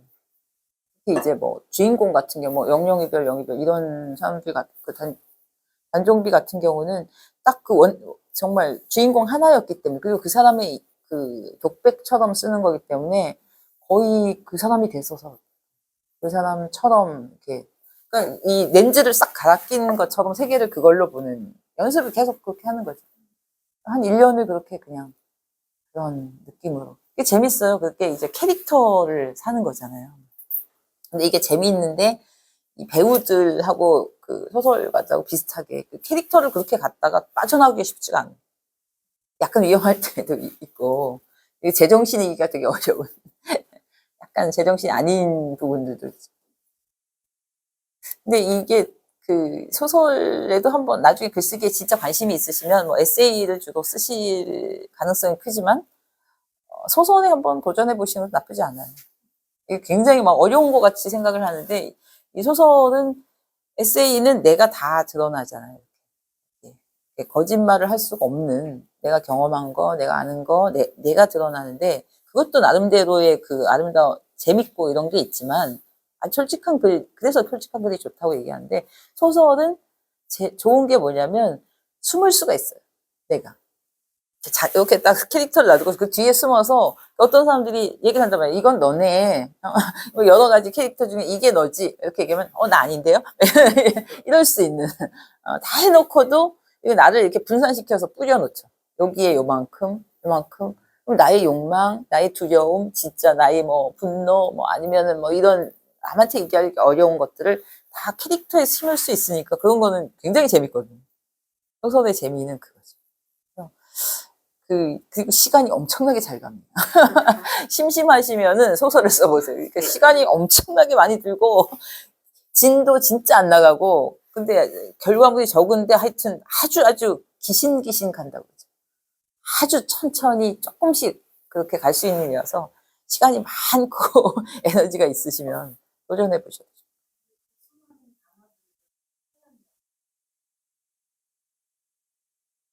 그냥 뭐 근데 많이 보기도 하고요. 근데 전 공부를 좀 많이 하죠. 사전을 쫙 펼쳐 옛날에는 사전들을 쌓아놓고 이렇게 봤는데 요즘은 인터넷에서 찾을 수 있잖아요. 그래서 한글 창 하나 띄우면 뭐 네이버 사전도 들어있고 뭐 이런 사전들을 쫙 틀고 하나하나 다 넣습니다. 그게 이거는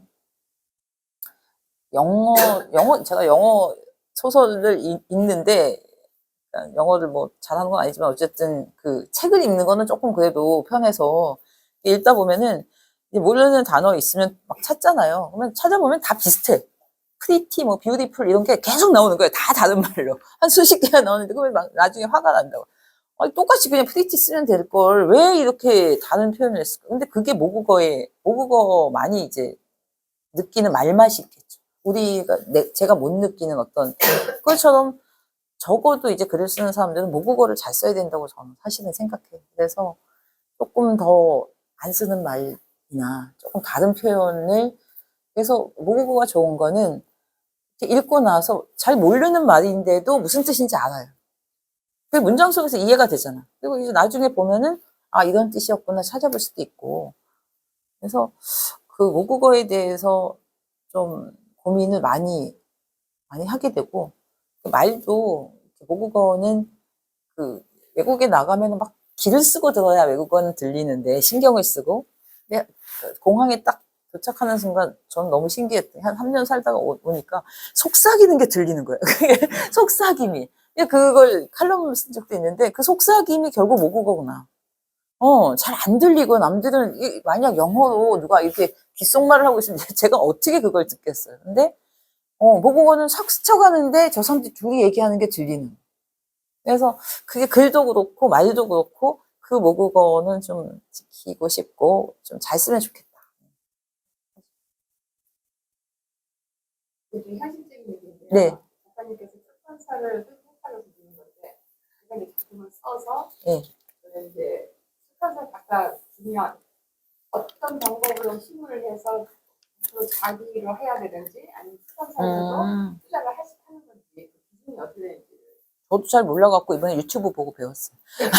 많더라고요. 뭐 자비 출판 있고 반자비 출판도 있고 뭐 기획 출판 얘기를 하는데 사실은 저는 그 책을 내는 욕망은 조금 또 다르다고 생각해요. 책을 내는 건 독자를 상정하는 거죠.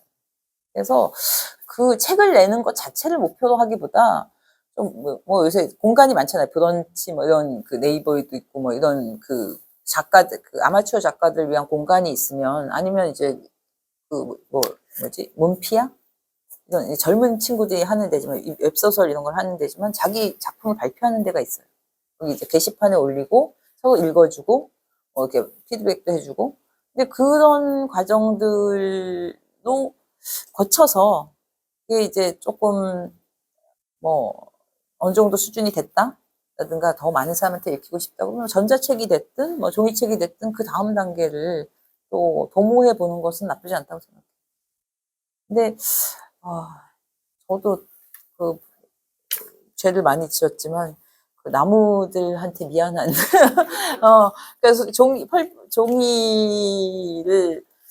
종이한테 미안한 일들도 좀 있고 그래가지고 그러니까 소통을 목표로 했으면 좋겠어요. 그러니까 많은 분들이 근데 책 자체가 되게 이렇게 훈장이 되는 그렇게 막 선물 정도는 괜찮은데 이렇게 그걸로 그런 큰 의미를 부여하시는데 그것보다 소통의 도구로 쓰면은 전 좋지 않을까 하는 생각. 뒤에서 보니까 그 써서 출판사에 내 자기를 다 들여서 판매가 안 되니까 선물을 주더라고요. 그렇죠. 뒤에. 그렇죠. 그거는 이제 제가 이번에 책 만드는데 보니까 생각보다 돈이 많이 들죠. 그래서 그거를 사주지 않으면은 판매가 안 되면은 사실 내기가 어렵죠. 출판사 거의 사실은 남는 게 없어요. 없을 것 같아요. 제가 예전에는 많을 줄 알았어요. 팔면은 저는 딱 인세 10%니까 어차피 작가는 30년 전에도 지금도 똑같이 10%니까 약간 아쉬운 느낌이 있었는데 그게 생각보다 큰 그게 아니라는 생각이 들어요. 이번에 알았어요. 그래서. 그렇죠, 처음에는 원고지에다가 이렇게 꼭꼭 눌렀었죠. 예, 그러고 나서 한 대학교 들어가니까 이제 타자기를 치기 시작했고, 그 다음에 4학년 때쯤 전동 타자기 나왔고, 그 다음에 워드 프로세서 나왔고, 다 그 과정을 다 거쳤죠. 근데 저희도 완전히 그 IT 세대가 아니라 가지고 막 잘 못하는데, 그래도 딱 한글 그 정도 하는, 그 정도 수준으로. 근데 돌아가신 이해수 선생이나 김은 선생은 이제 원고지를 고집하시는 분들도 있었는데, 그러면 그 편집자들이 고생하죠. 다시 다 쳐야 되니까, 어차피. 근데 처음에는 이게 안 될 줄 알았어요. 호환이 안 돼가지고, 전 처음에는 이제 계속 어떤 식으로 썼냐면, 그냥 이렇게 노트에다 쓰고 나서 저는 원고지에 옮겼거든요. 근데 원고지에 쓴 거를 이 워드로 옮겨가지고 처음에 했다가, 근데 그냥 바로 쓰려니까 그때는 굉장히 힘들었어요. 안 될 줄 알았어요. 막 이걸로 바로 쓰지 못해. 근데 되더라고요. 그래서 그거는 문제가 아니었던 것 같아요. 글을 쓰시다가 생각이 안 나요. 그렇죠. 어떻게 생각이 안 나요? 수십 번, 수백 번 했는데. 제가 바보면 몰라도. 그것만 한다니까요. 그것만 했다니까요. 그러니까 그 생각이 안 날 수가 없어요. 사실은 그게 네 문장이면 딱 알아야 된다고 생각하거든요. 최소한 거기 지금 쓰는 동안은 모를 수가 없고, 이렇게 지나가는 흐름이 거의 외우다시피 읽혀지죠. 글을 안에 안 읽어봤다는 기억이 안 나요. 아, 책은 저도 그래요. 책은 저도 그런데 이제 쓰는 거는 조금 다른 거죠.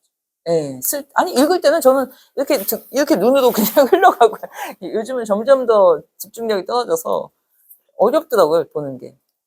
요새 제가 무슨 조선일보 무슨 독자 어쩌고 오피니언 독자 권익위원회 그 위원을 하라고 그래가지고 종이신문을 한 10년 만에 구독을 해서 보거든요. 종이신문이 안 읽혀서 지금 지금 어떻게 하냐면 아침에 종이신문을 받아서 면을 확인하고 나서 휴대폰으로 봐요, 다시 기사를 읽는 거.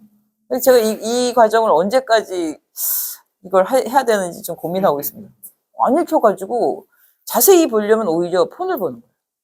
저는 이럴 줄 몰랐거든요. 그래서 네. 못해요.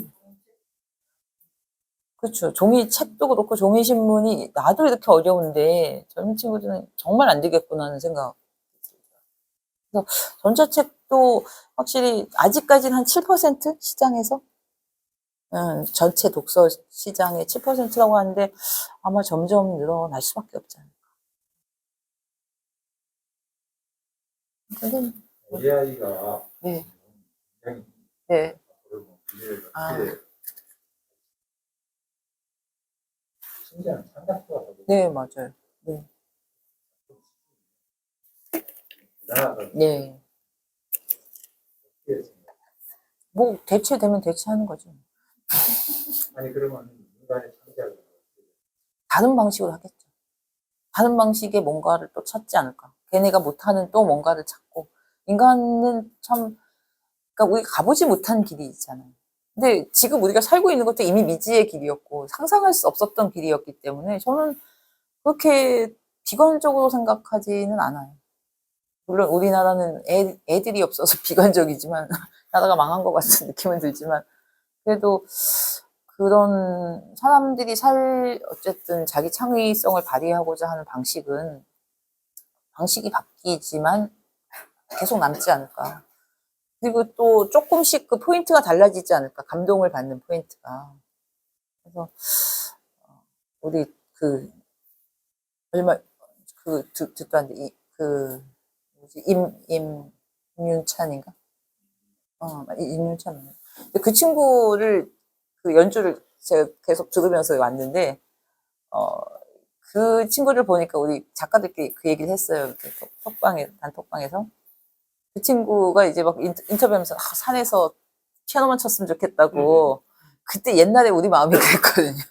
그러니까 이게 팔리든 말든, 뭐 누가 읽든 말든, 되게 그 욕구는 분명히 있단 말이에요. 어쩔 수 없이 발현되는 예술에 대한 욕구 같은 것은 있기 때문에, 세상이 아무리 바뀌어도 그거는 있고, 또 그거를 또 감동을 받는 사람들이 있지 않을까.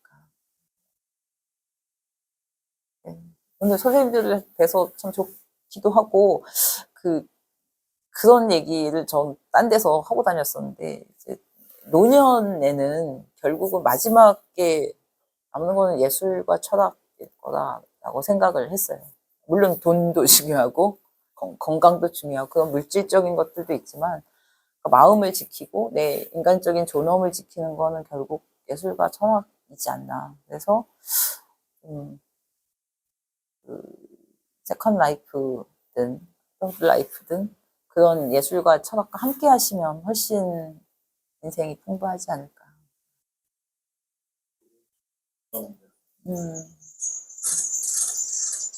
지금 이미 일도 있으시고 이러니까 좀 그런 일과 예, 말씀하세요. 네. 저기 너무 무시하고 있었다. 죄송합니다. 여기 혹시 노래 가사를 지어본 적이 계신가요? 저 사실은 작사가를 하고 싶어가지고 많이 지었었거든요. 근데 작곡가를 못 만나고 있어요. 저기 작곡가 진짜요? 웬일이야. 제가 그거 좀 많이 했어요. 예, 어머, 이렇게 우연히. 혹시 김항 씨라고 아십니까? 네? 그분도 문단에 올라가신 분인데 시인이에요. 그 전에 제가 애고령 보고 온 전까지는 그분이 가사를 줘서 환경 노래에는 많이 지었어요. 네, 지금 돌아가시면서 그리고 작곡 활동을 하고 선생님하고 컨택 해야 되겠다. 아, 그럼 너무 좋죠. 너무 좋죠. 나왔을 것 같은데 제가 충만해서 하면 곡을 네. 어떨까. 아, 좋습니다. 아, 보내세요. 예, 그래야 되겠다. 거기서 아니, 보내드리고. 제가 사실은 이 트로트 붐이 있기 전에 트로트 가사를 좀 쓰고 싶더라고요. 그러니까 인생의 희노애락을 할 수 있는 노래는 트로트 같아서 썼었는데, 제가 그 소설 못 쓰고 헤매고 다닐 때 뭘 했냐면 요양보호사 자격증을 땄어요. 실제로 요양보호사 일을 하지는 못했는데 하면서 이제 치매에 대한 것도 배우고 이제 어쨌든 그 관계에 대한 많은 걸 배워서 이제 그런 얘기들도 쓰고 그런 거를 담을 수 있는 노래는 결국 그런 트롯 같은 장르가 아닐까 해서 한 것도 있고. 그런 것도 괜찮겠네요. 그러면 이제 이렇게 트로트고 뭐 이렇게 작가들이 글을 내고 또 저는 이제 그럼 너무 좋죠. 작곡가들이 그걸 하고 저 되게 많습니다.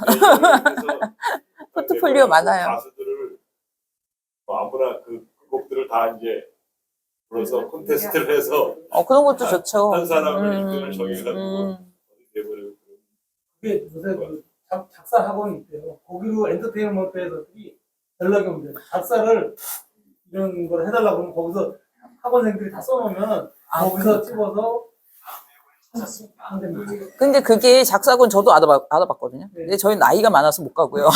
제가 아들을 보내려고 그랬었어요. 그래서 대신. 근데 그 이유가 뭐냐면 쓰는 것 자체 스킬의 문제가 아니고 그러니까 그 인맥이 없어가지고 작곡가님을 만날 방법이 없어서 그래요. 그래서 그것 때문에 그 사람들이 그 돈 내고 거기를 다니는 거지 사실은 큰 그게 없더라고요.